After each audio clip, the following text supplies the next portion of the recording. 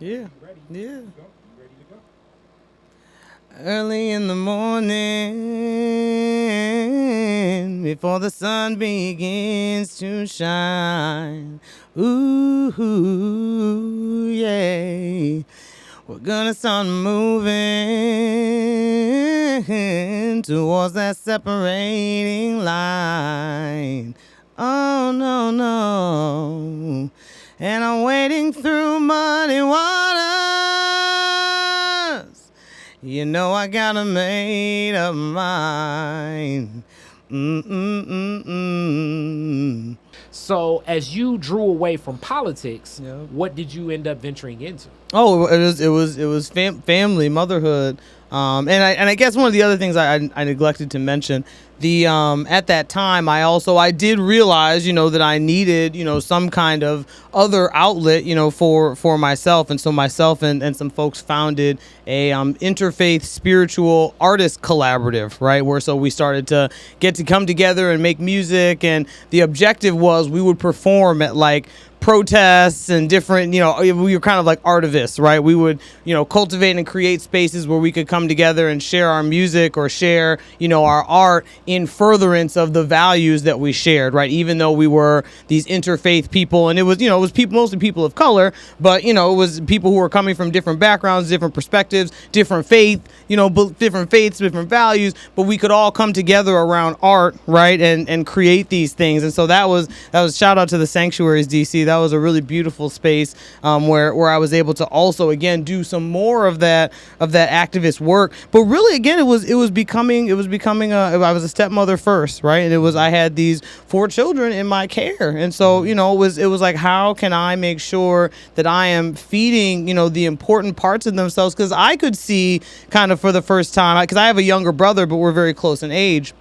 So there weren't any like young children that I was taking care of when I was like growing up, for example. And so this was the first time, they're coming home. They're telling me their homework. They're telling me about what the teacher said to them about this. Like they're talking to me about, and it was like, oh, like there are really important kind of, values that, I want to espouse, or that I want to make sure that about how important you are, what a wonderful person you are, and the truth about your greatness, and no, you're not always necessarily seeing that. Now I had two stepchildren that were going to an African centered school in DC, and so that was really great. So they were getting kind of all of the beautiful African centered, at Halloween we're dressing up as our ancestors, right? All of those things, right? So that was good. But then I had 2 older boys that were in public schools, and so dealing with them in understanding why they're learning, one thing in school, but it's like, I know that's not true, right? And so being able to like hold space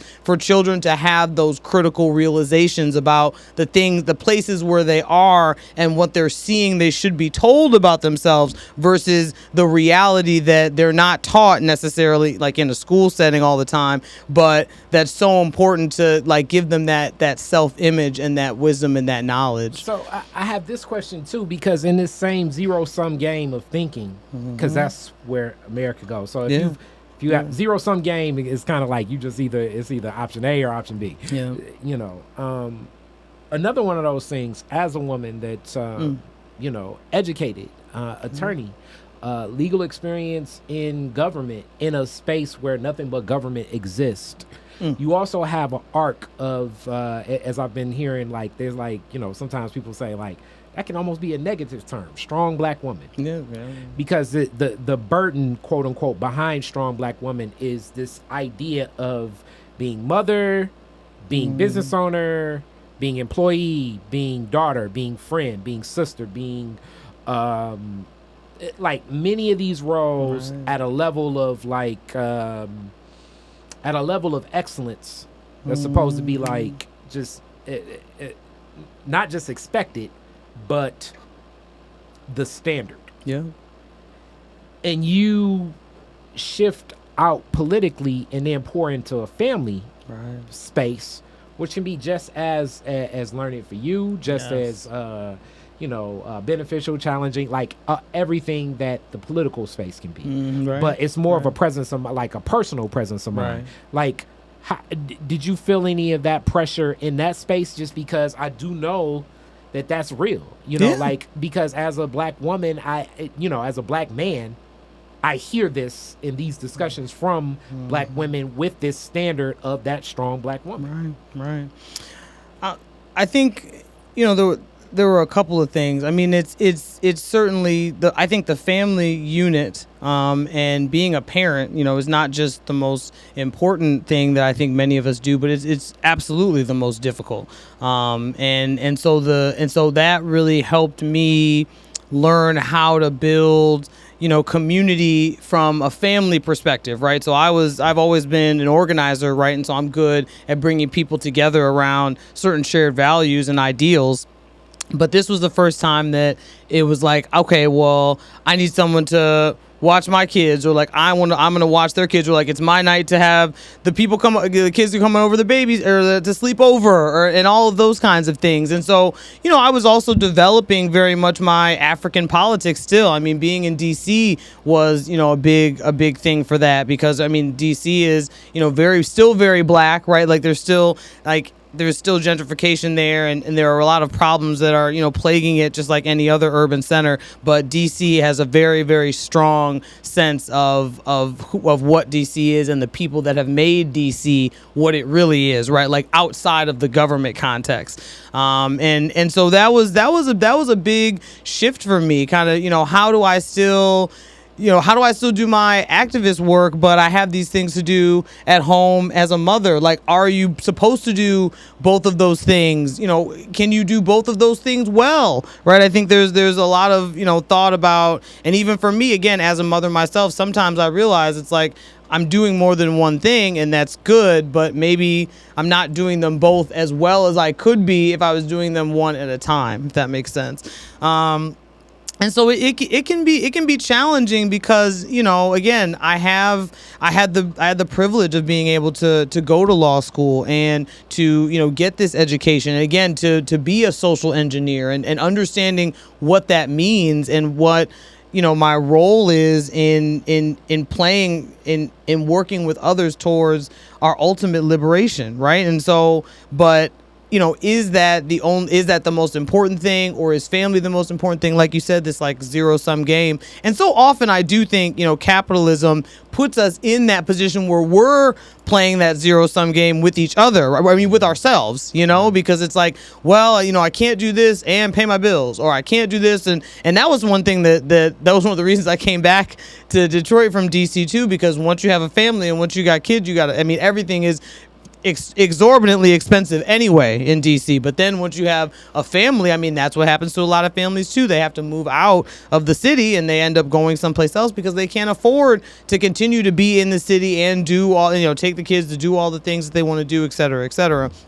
And so that, so I still, struggle even now, with being, still being so involved in the activist work that I do, teaching, but I'm also an unschooling mother, right? Like, so when my child was born and she was a baby, I realized I was trying to do kind of the rote curriculum stuff with her, and she was like, what are you doing? I'm not into this. And I started learning more about unschooling, right? And so this whole idea that, our children, and even think about it, if you think about, our ancestors in any context, in many instances, it wasn't necessarily that there was a school, right? There might be teachers, but there wasn't a school. Like life is the school, right? Like what we're doing is the school. Like, so we're going here and we're doing this, or we're going to nature and we're doing this.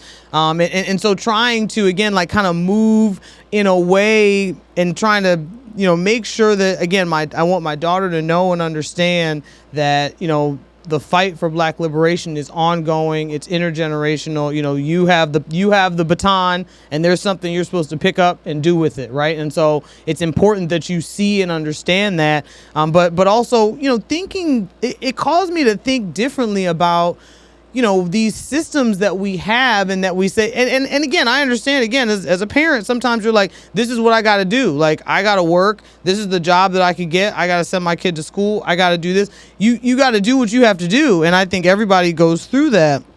But, being able to say there might be a different way that we can start to come together around this, or like if it's important enough to us to say, we want to make sure that our children are getting some kind of African-centered component. We want to make sure that our children, like, that's the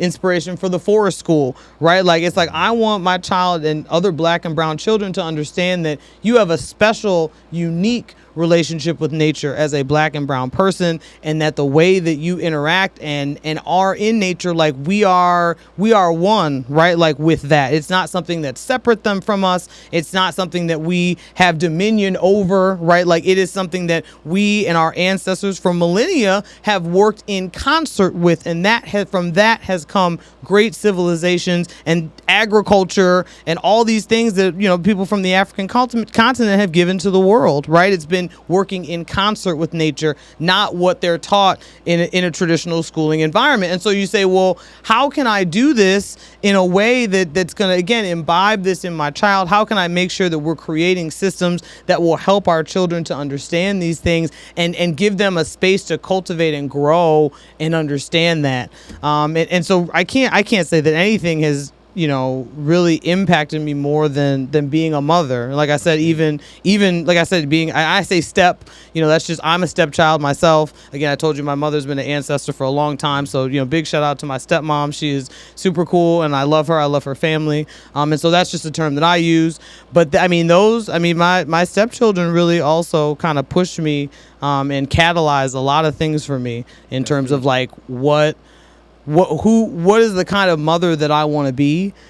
Thinking back to my own mother and thinking about, you know, sometimes we have to look at the strong black women in our lives and say, but was this really sustainable for you?